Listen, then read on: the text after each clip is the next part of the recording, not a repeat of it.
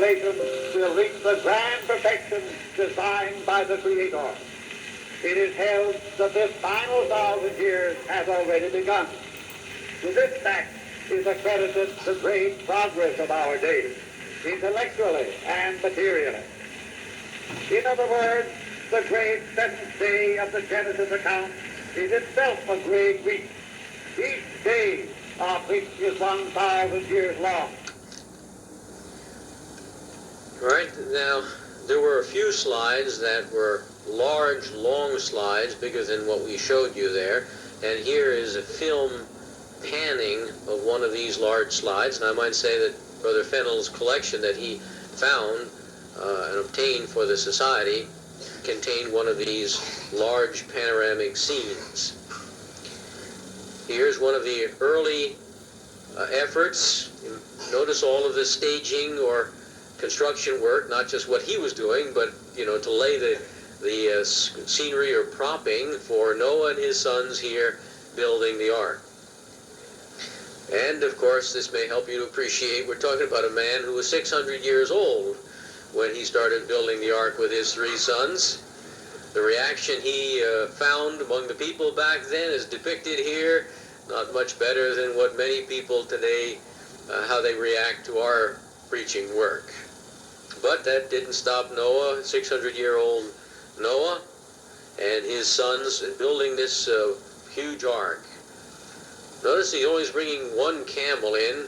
I hear different reports as to why they only had one camel. Here's another one, but I think it's the same one. They just kind of recirculated them.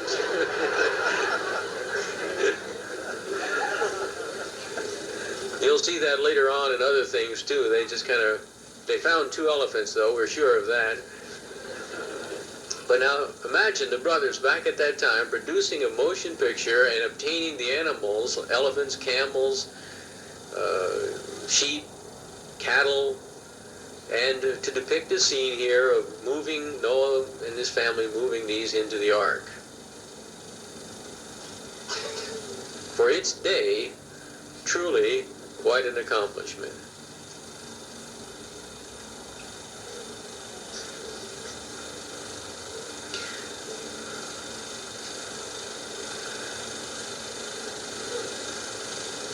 People object to the fact that the ark couldn't have held all of these animals, even though it was over 400 feet long. But the number of species, though there are some 750,000 species of animals, oops, there goes the dogs. That about ends things up. The dogs went in, and Noah and his family can now enter and lock themselves up.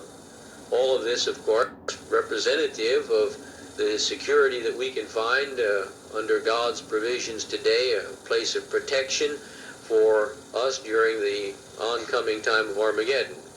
Notice the wind is picking up. It had never rained apparently before, or never like it did back then. Still, the people weren't about to change. No, they didn't see anything to all of that. But notice something's going to happen pretty soon. What? Look at the wind. See the wind's picking up? Oops, there goes the doors. Doors are shut. People haven't changed their opinion, though. Until, look, it's starting to rain. Isn't that some photography for its time? Most people, they're just carrying on until this joker comes in and starts screaming, it's raining, it's raining, it's raining outside, you know. And he's a real actor there.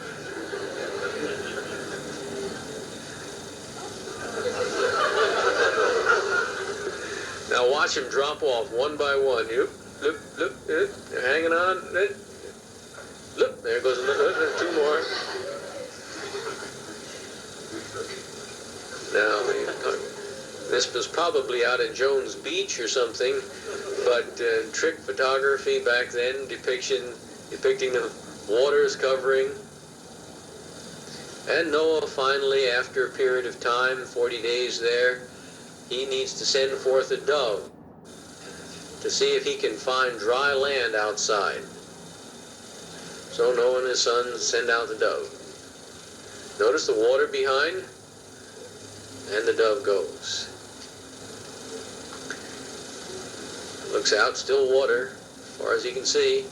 Now they're looking for the dove to come back and see if eventually the dove will bring back some evidence that dry land had appeared.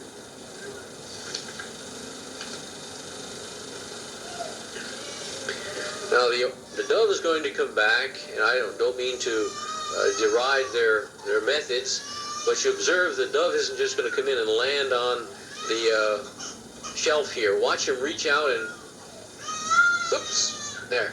Now he's got the dove. Obviously someone handed him the dove from the outside. But as I said, try not to judge it in terms of the modern, sophisticated techniques of today. Here with the birds flying in the background and steam, truly with a lot of what we would call special effects to reflect the carefulness of the brothers back there. Noah and his family giving thanks to Jehovah. Now here's a marvelous segment of photography. Noah and his family, as they came out, they offered up a sacrifice. A depiction in the background of the ark, as you can see. They first offered up a sacrifice to Jehovah. Where they got the fancy cloth here, I'm not sure. But now, as the sacrifice is offered and they pray to Jehovah, watch above Noah's head and the ark there.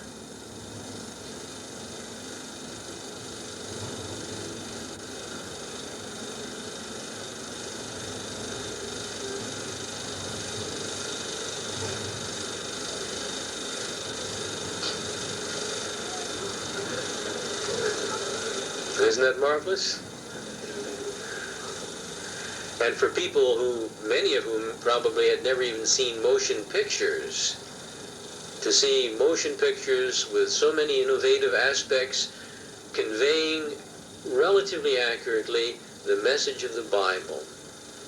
The story of the Bible continued in the film portion with slides intermixed on to the time when Isaac was going to be sacrificed by Abraham. I'm told that Brother Russell was picked up at Bethel with some other brothers, and they went up to Yonkers, New York, outside of New York City, and a brother who was working in the kitchen, and another brother from Bethel served as the actors here for this depiction of Abraham sacrificing Isaac. So they drove up in their Model T Ford, and this doesn't indicate what it really looked like on Mount Moriah. It's actually Yonkers, New York. But in actuality, Abraham and Isaac had traveled a long distance from Beersheba way up here to Moriah, or the area of Jerusalem. And they built an altar here, which the brothers, of course, had to do.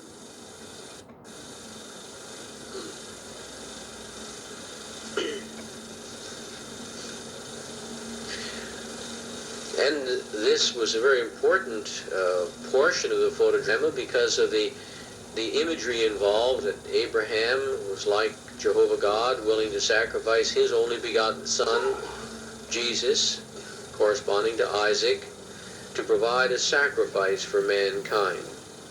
Isaac, according to some ancient sources, was probably around 25 years of old age, and eventually, after they got the situation ready for the sacrifice, then Isaac's going to wonder, ask his father, well, where's the sacrifice?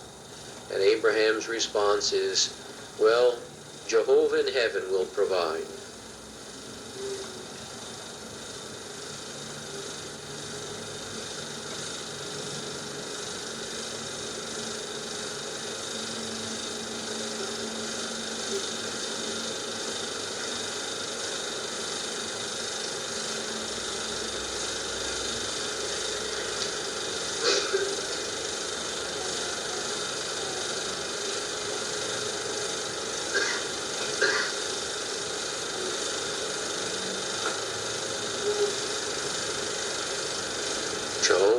provide. So Isaac obediently goes ahead and lays out the wood.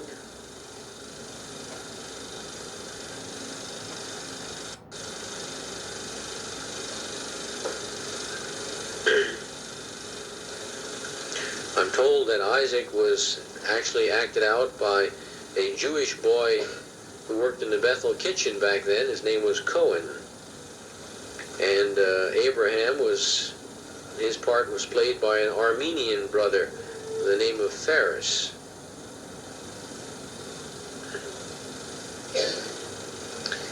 Notice the apron on him. They still wear these same aprons doing dish duties at Bethel.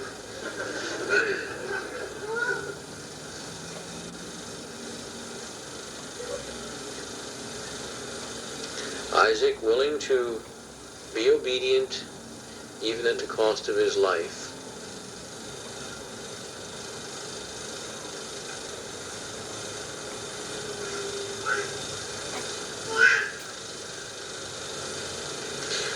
Now an angel is going to come on the scene, or a depiction thereof, portrayed by a brother named Cotton.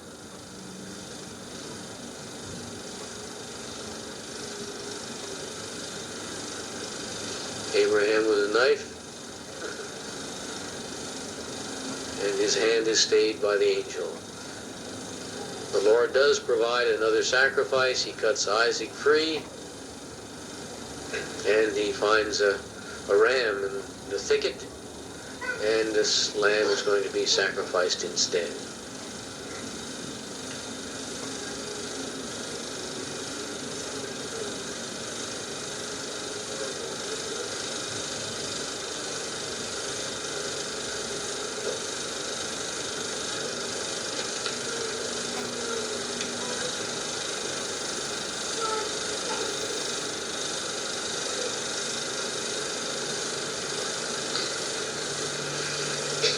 Now remember, in between there were long segments of slides with commentary. It wasn't a continuous motion picture as we're seeing. But we move forward to the time of the Israelites in captivity and the command to prepare the first Passover.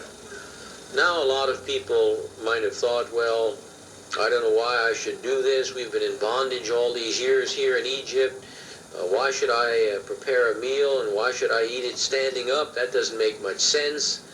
And why do I have to splash blood on the doorway to indicate that I'm an Israelite? Certainly God knows I'm an Israelite. All of those things are sort of possible human reactions to the command of God in connection with the Passover. But in fact, it was all obedience to God that was being tested for his own purposes. Thus we're seeing here an Israelite family preparing for the first Passover. Notice there's a little bit of color in the filming here. So probably this was a portion originally that had tinted or colored frames, each individual frame having been tinted. Moses coming in with Aaron, his brother.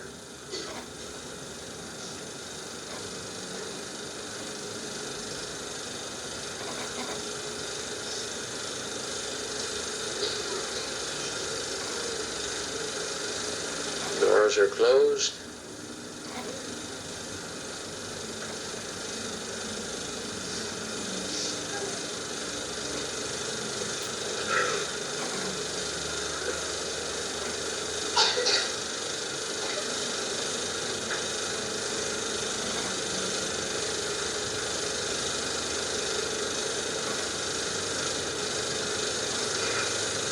Behind this, there would have been music being played, that is, behind the film portions. There were not voices behind them, but film, sound, or singing.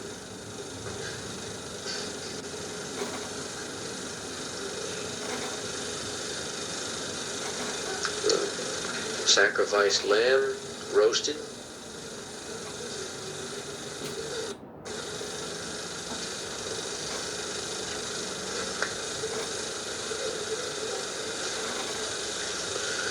All of this the Israelites had to go through with unleavened bread in obedience in order to be preserved, including marking with blood on the doorpost.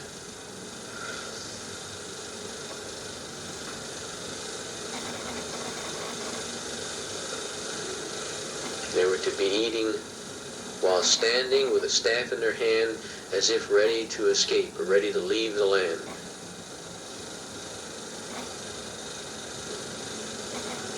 Some of the Israelites back then had to sacrifice the best of their lamb. And they thought, well, why do I have to give the best one? Why not take some old goat that's just too tough? And why take one of the young and best ones? Better to take him along if we're going to go through the Exodus and escape here. But God's command was to take this lamb and to sacrifice it and to eat it. Maybe some of the Israelites might have thought, well, I'm not used to roast lamb. I want a boiled lamb. But they did obey. Here's the Pharaoh's son, the firstborn, because you remember in each household, the firstborn son, each household that didn't have the blood on the doorway, the gatepost, was going to cost the firstborn of the household. There's Pharaoh just checking on his son. Yes, his beloved firstborn son is fine.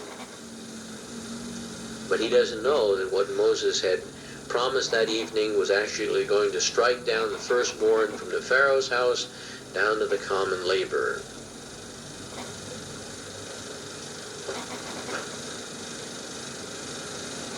Dramatic death.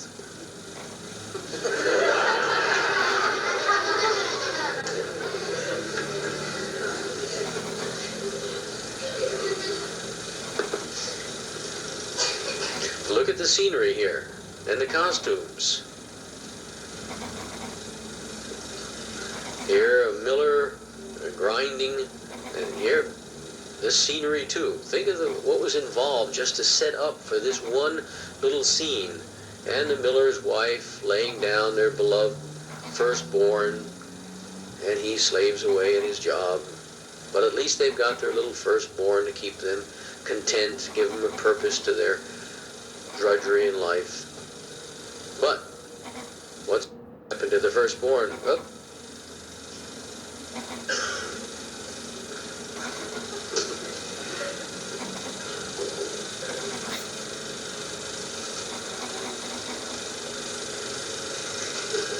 Another dramatic death.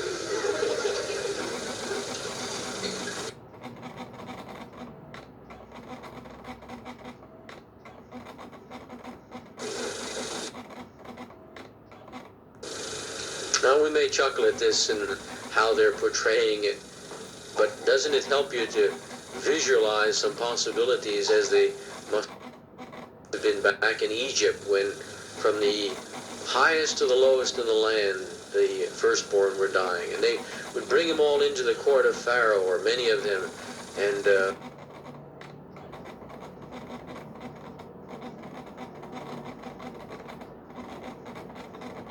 proclaim this great tragedy. What had brought this tragedy? Here our children have been back in Egypt when from the highest to the lowest in the land the firstborn were dying, and they would bring them all into the court of Pharaoh, or many of them, and our firstborn were dead. And they bring all of these young corpses into the courtyard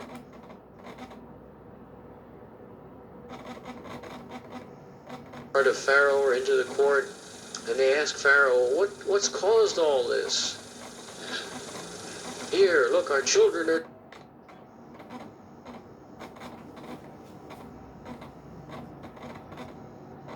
courtyard of Pharaoh, or into dead. Why?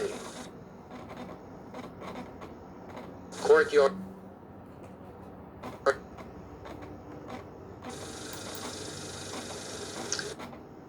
of Pharaoh, or into the court, and they ask Pharaoh, what's caused all this?